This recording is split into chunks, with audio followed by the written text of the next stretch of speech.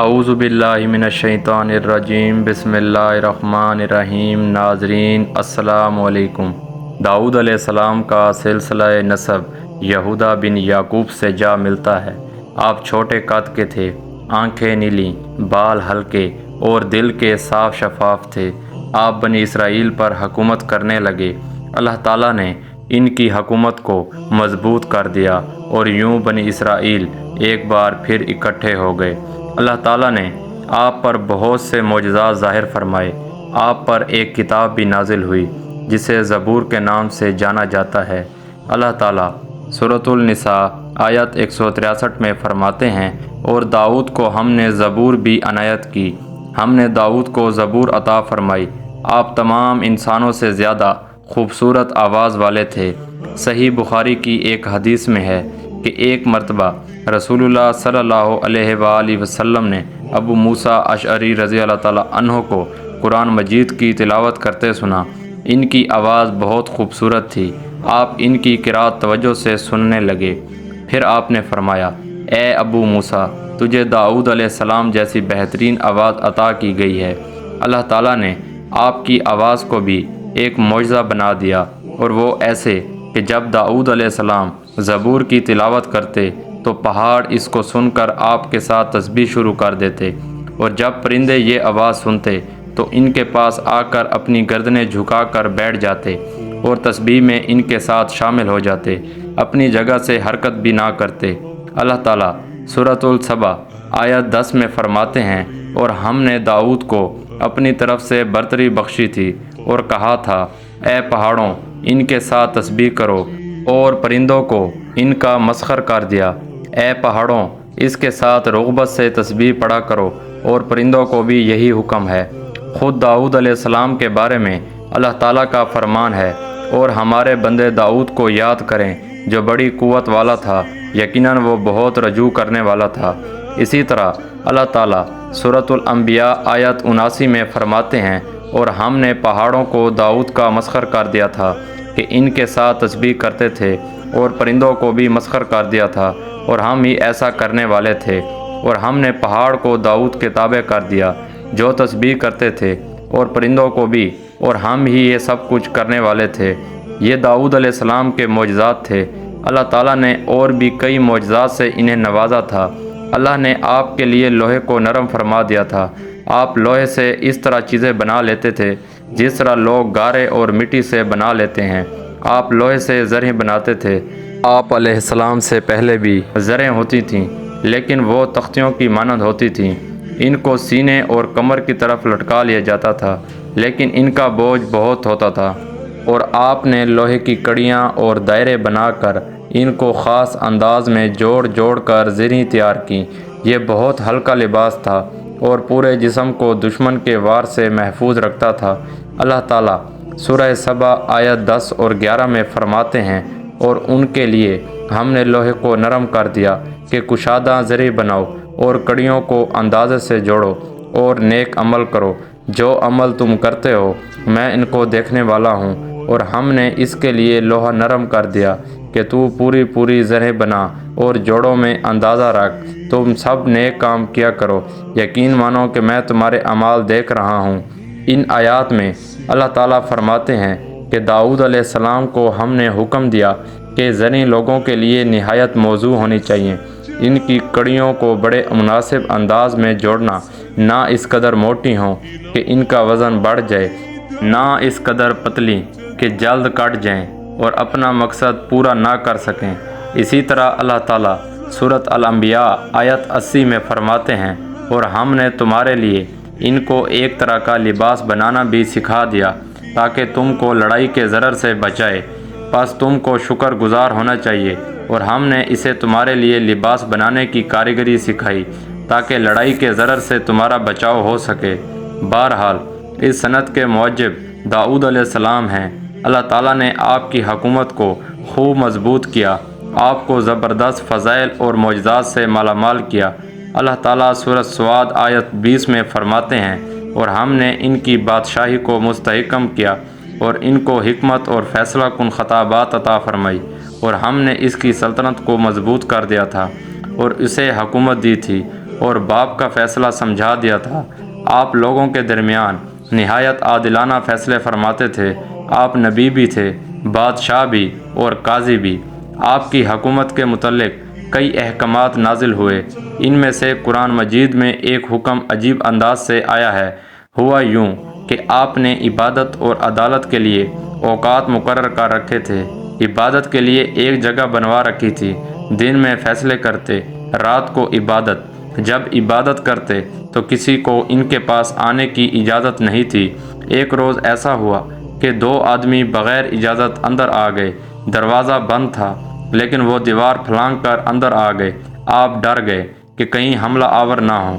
اللہ تعالیٰ سورۃ صاد آیت 21 اور 22 میں فرماتے ہیں، اور کیا تجھے جھگڑا کرنے والوں کی بھی خبر ملی جبکہ وہ دیوار پھلانگ کر محراب میں آ گئے۔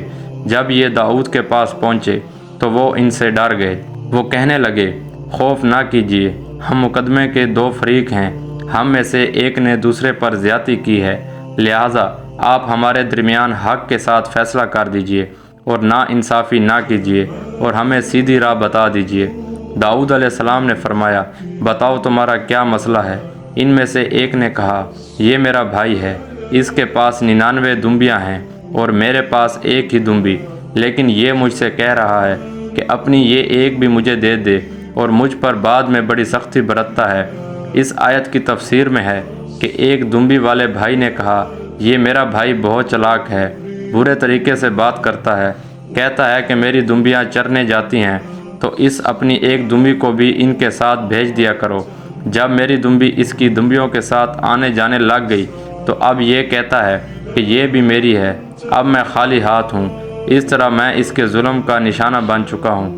داؤد علیہ السلام نے فوراً کہا، اس کا اپنی دمبیوں کے ساتھ تیری ایک دمبی ملا لینے کا سوال واقعی تیرے اوپر ایک ظلم ہے، اور اکثر حصے دار اور شریک ایسے ہی ہوتے ہیں کہ ایک دوسرے پر ظلم کرتے ہیں، سوائے ان لوگوں کے جو ایمان لائے اور جنہوں نے نیک عمل کیے، اور ایسے لوگ بہت ہی کم ہیں۔ داؤد علیہ السلام نے دوسرے بھائی کی بات سنے بغیر ہی اسے ظالم ٹھہرا دیا۔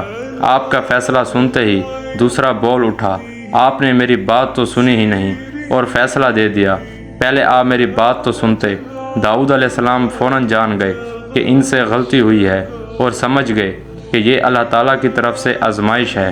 آپ نے فوراً توبہ کی، اللہ کی طرف رجوع کیا اور استغفار کرنے لگے، اور داؤد سمجھ گئے کہ ہم نے انہیں آزمایا ہے۔ پھر تو اپنے رب سے استغفار کرنے لگے اور عاجزی کرتے ہوئے سجدے میں گر پڑے اور پوری طرح رجوع کیا، پس ہم نے بھی ان کا وہ قصور معاف کر دیا۔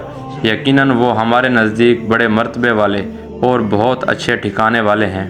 اس کے بعد اللہ تعالیٰ سورۃ صاد آیت 26 میں فرماتے ہیں، اے داؤد، ہم نے تمہیں زمین میں خلیفہ بنا دیا، تم لوگوں کے درمیان حق کے ساتھ فیصلہ کیا کرو اور اپنی نفسانی خواہش کی پیروی نہ کرو، ورنہ وہ تمہیں اللہ کی راہ سے بھٹکا دے گی۔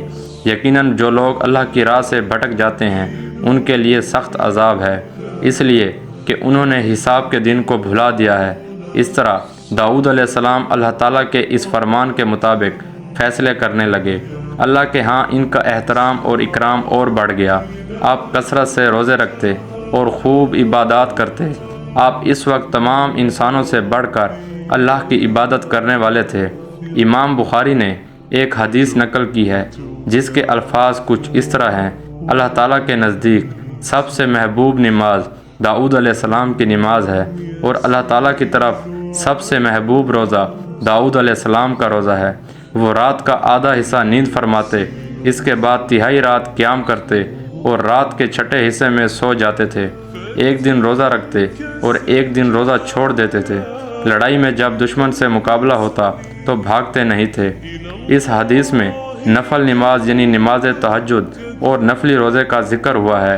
بہرحال یہ وہ صفات ہیں جو داؤد علیہ السلام کے بارے میں حدیث رسول میں آئی ہے۔ اللہ تعالیٰ نے سورہ سبا آیت 13 میں ان کی تعریف کرتے ہوئے ان کی آل کو اللہ کا شکر ادا کرنے کا حکم دیا۔ اے آل داؤد، اس انعام کے شکریہ میں نیک عمل کرو۔ داؤد علیہ السلام کی ایک صفت یہ تھی کہ آپ بہت شکر گزار تھے، اور ایسے لوگ کم ہی ہوتے ہیں۔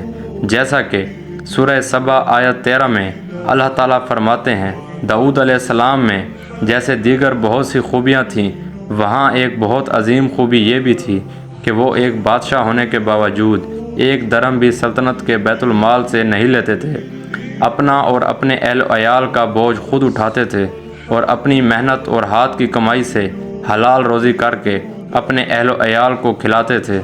داؤد علیہ السلام کی اس عظیم صفت کو نبی کریم صلی اللہ علیہ وآلہ وسلم نے یوں بیان کیا ہے، صحیح بخاری میں ہے، کسی انسان نے اس شخص سے بہتر روزی نہیں کھائی جو خود اپنے ہاتھ سے کما کر کھاتا ہے۔ اللہ کے نبی داؤد علیہ السلام بھی اپنے ہاتھ سے کام کر کے روزی کھایا کرتے تھے۔ بعض مفسرین بیان کرتے ہیں کہ داؤد علیہ السلام دعا مانگا کرتے تھے کہ اے میرے اللہ، کوئی ایسی صورت پیدا کر دے کہ میرے لیے ہاتھ کی کمائی آسان ہو جائے، کیونکہ میں بیت المال پر اپنا بوجھ نہیں ڈالنا چاہتا۔ تو اللہ تعالیٰ نے آپ کی اس خواہش کو اس فضیلت کے ساتھ قبول فرمایا کہ ان کے ہاتھ میں لوہے کو موم کی طرح نرم کر دیا، جس سے وہ زرہیں بناتے اور انہیں فروخت کر کے اپنے اہل و عیال کی کفالت کرتے۔ داؤد علیہ السلام نے کتنی عمر مبارک پائی، اس میں اختلاف ہے، چنانچہ اس کے متعلق مورخین کے اقوال کے علاوہ کوئی مسند بات نہیں ملتی۔ عبداللہ بن عباس رضی اللہ تعالیٰ عنہما فرماتے ہیں کہ داؤد علیہ السلام کی وفات ہفتے کے دن اچانک ہوئی۔ وہ ہفتے کے دن مقررہ عبادت میں مشغول تھے اور پرندے قطاریں باندھے ان پر سایہ فگن تھے کہ اچانک اس حالت میں ان کا انتقال ہو گیا۔ اس کے بعد آپ کے فرزند امور سلطنت کو سنبھال لیا، یہ سلیمان علیہ السلام تھے۔ اللہ تعالیٰ نے آپ کو بہت سی خوبیاں اور معجزات عطا فرمائے۔ اللہ تعالیٰ ہمیں نیکی کی راہ پر چلنے کی توفیق عطا فرمائے، آمین یا رب العالمین۔ اللہ اللہ اللہ